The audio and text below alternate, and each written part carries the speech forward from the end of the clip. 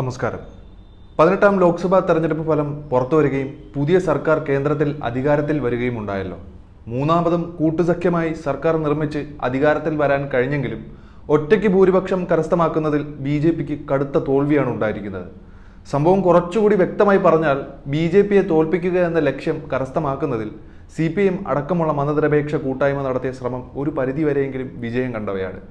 അതിനനുസൃതമായ ആശയപരിസരം ഒരുക്കുന്നതിലും ഓരോ സംസ്ഥാനത്തെയും സാഹചര്യം മനസ്സിലാക്കി വീക്ഷിച്ച് BJPയുടെ സീറ്റ് മാക്സിമം കുറയ്ക്കുകയെന്ന ഒരു നയം മുന്നോട്ട് വയ്ക്കുന്നതിലും CPM കാര്യമായ സ്ഥാനമാണ് വഹിച്ചിരിക്കുന്നത്. എന്നാൽ ആ വിജയം കേരളത്തിൽ ഇടതുപക്ഷ ജനാധിപത്യ മുന്നണിക്ക് അനുകൂലമാക്കുന്നതിൽ പാർട്ടിക്ക് പരാജയമാണ് ഉണ്ടായത്. ഇതെന്തുകൊണ്ട് സംഭവിച്ചു എന്നുള്ള പരിശോധന ജൂൺ 3-ാം ആഴ്ചയിൽ തന്നെ 5 ദിവസം നീണ്ട പാർട്ടി സംസ്ഥാന സെക്രട്ടേറിയറ്റും സംസ്ഥാന കമ്മിറ്റിയും പരിശോധിച്ച് കണ്ടെത്തിയിരുന്നു. CPM ജനറൽ സെക്രട്ടറി സീതാറാം യെച്ചൂരിയും PB അംഗം പ്രകാശ് കാരാട്ടും ഈ യോഗത്തിൽ പങ്കെടുത്തിട്ടുണ്ടായിരുന്നു. എല്ലാ അണികളും പ്രവർത്തകരും ഉള്ളു തുറന്ന ഒരു ചർച്ചയാണ് യോഗത്തിൽ കാഴ്ചവെച്ചത്. മുഴുവൻ ജില്ലാ സെക്രട്ടേറിയറ്റും ജില്ലാ കമ്മിറ്റിയും തെരഞ്ഞെടുപ്പ് ഫലവും പ്രവർത്തനങ്ങളും പരമാവധി വിലയിരുത്തിയിട്ടുണ്ടായിരുന്നു.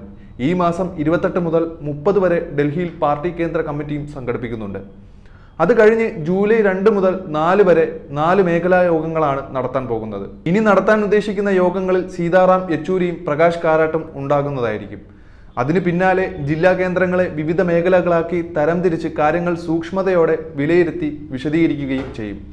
ലോക്കൽ തലത്തിലും സമഗ്രമായ ജനകീയ കൂട്ടായ്മകൾ സംഘടിപ്പിച്ച് ജനങ്ങളോട് സംസാരിക്കുകയും അതോടൊപ്പം തന്നെ ബൂത്ത് തല പരിശോധനയും നടത്തും. തെരഞ്ഞെടുപ്പിൽ കനത്ത തോൽവി സംഭവിച്ചുവെന്ന് അംഗീകരിക്കുന്നതിൽ CPMന് ഒരു വിധത്തിലുമുള്ള പ്രശ്നവുമില്ല. എന്നാൽ പ്രതിപക്ഷം കാര്യങ്ങളെ കൂടുതൽ സങ്കീർണമാക്കുകയാണ് ചെയ്യുന്നത്.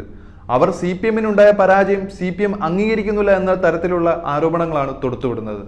വലിയ തോതിലുള്ള സാമ്പത്തിക പ്രതിസന്ധികൾക്കിടയിലും ജനങ്ങളുടെ ക്ഷേമ പ്രവർത്തനങ്ങളുമായി മുന്നോട്ട് പോയിട്ടും പ്രതീക്ഷിച്ച വിജയം കരസ്ഥമാക്കാൻ കഴിഞ്ഞിട്ടില്ല. അത് തീർച്ചയായും CPM അംഗീകരിക്കുന്ന ഒരു കാര്യമാണ്. UDFന് കേരളത്തിൽ കൂടുതൽ സീറ്റ് ലഭിച്ചതും അംഗീകരിക്കുന്നുണ്ട്. ഇതിന് പ്രധാന കാരണം BJPയെ തോൽപ്പിക്കുക എന്ന ഇന്ത്യ കൂട്ടായ്മയുടെ ലക്ഷ്യം കരസ്ഥമാക്കാൻ കോൺഗ്രസിനെ ജയിപ്പിക്കുക എന്ന ഒരു ധാരണ ജനങ്ങൾക്കുണ്ടായതിനാലാണ്. എന്നാൽ മുഴുവൻ തോൽവിയേക്കാൾ ഏറ്റവും അപകടകരമായ ഒരു കാര്യമാണ് തൃശ്ശൂരിൽ BJP അക്കൗണ്ട് തുറന്നത്. ഇത്തരമൊരു സാഹചര്യത്തിൽ CPMന്റെ എല്ലാ ഘടകങ്ങളും ഒരു തുറന്ന ചർച്ച തന്നെ നടത്തിയിരുന്നു. പാർട്ടിയും സർക്കാരും മാറ്റം വരുത്തേണ്ട കാര്യങ്ങളിൽ ഒരു മാറ്റം കൊണ്ടുവരിക തന്നെ ചെയ്യും. ഏതൊക്കെ കാര്യങ്ങളിൽ വീഴ്ച സംഭവിച്ചിട്ടുണ്ടോ അതിൽ മുഴുവനും ഒരു തിരുത്തൽ കൊണ്ടുവരികയും സർക്കാർ ആദ്യം പരിഗണിക്കേണ്ടത് ഏതാണെന്ന് തീരുമാനിക്കുമ്പോൾ ഏറ്റവും പിൻപന്തിയിൽ നിൽക്കുന്ന ജനങ്ങളുടെ ആനുകൂല്യങ്ങൾ ആദ്യം നിർവഹിക്കുവാൻ കഴിയുന്ന തരത്തിൽ പാർട്ടിയും സർക്കാരും യോജിച്ച് തന്നെ മുന്നോട്ടു പോകാനുള്ള തയ്യാറെടുപ്പുകളാണ് ആരംഭിക്കാൻ പോകുന്നത്. ജനാധിപത്യത്തിൽ ജനങ്ങൾക്കാണ് പരമാധികാരമുള്ളത്.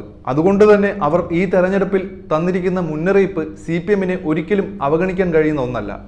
പെൻഷൻ അടക്കമുള്ള ജീവനക്കാർക്കുള്ള ആനുകൂല്യങ്ങൾ കൊടുക്കാതിരുന്നതിലും ചില സങ്കീർണ പ്രശ്നങ്ങൾ ഉണ്ടായിട്ടുണ്ട്. ഇതൊന്നും മനഃപൂർവ്വം ജനങ്ങൾക്ക് നൽകാതിരുന്നതല്ല. കേന്ദ്ര സർക്കാർ നൽകേണ്ടതും അനുവദിക്കേണ്ടതുമായ ആനുകൂല്യങ്ങളിൽ തടസ്സമുണ്ടാക്കിയതിനാലാണ് പ്രശ്നം പറ്റിപ്പോയത്. പിന്നെയും മോദി തന്നെ അധികാരത്തിൽ വന്നതുകൊണ്ട് ഈ പ്രതിസന്ധി മുന്നോട്ട് പോകാനുള്ള സാധ്യതയും കാണുന്നുണ്ട്. കേരളത്തിലെ UDF ഈ കാര്യത്തിൽ നരേന്ദ്രമോദിയോട് ചേർന്ന് നിന്നുള്ള നിലപാടാണ് സ്വീകരിച്ചിരിക്കുന്നത്. അതുകൊണ്ട് സർക്കാരിന്റെ പ്രവർത്തനങ്ങൾക്ക് മുൻഗണനാ ക്രമപ്രകാരം കാര്യങ്ങൾ നിശ്ചയിച്ച് മുന്നോട്ട് പോകേണ്ടി വരും. സംസ്ഥാനത്തിന്റെ സാമ്പത്തിക സ്ഥിതി ഭേദപ്പെട്ടു വരികയാണെന്നും ജീവനക്കാരുടെയും അധ്യാപകരുടെയും എല്ലാ ആനുകൂല്യങ്ങളും ലഭ്യമാക്കുമെന്നും കഴിഞ്ഞ ദിവസം ധനമന്ത്രി KN ബാലഗോപാൽ പറയുകയുണ്ടായി. ഇന്ത്യൻ റിപ്പബ്ലിക്കും ഭരണഘടനയും ഭദ്രമാക്കാനുള്ള പോരാട്ടത്തിന്റെ ഭാഗമായാണ് ന്യൂനപക്ഷ സംരക്ഷണത്തെ CPM കാണുന്നത്. ഈ നിലപാട് ആരെങ്കിലും തെറ്റായ രീതിയിൽ മനസ്സിലാക്കിയിട്ടുണ്ടെങ്കിൽ ആ തെറ്റിദ്ധാരണ തിരുത്താൻ CPM പരമാവധി ശ്രമിക്കും. ജനങ്ങളുടെ വിശ്വാസം ആർജിക്കാനുള്ള എല്ലാ ശ്രമവും പാർട്ടിയുടെയും നേതാക്കളുടെയും ഭാഗത്തു നിന്നുണ്ടാവുകയും ചെയ്യും.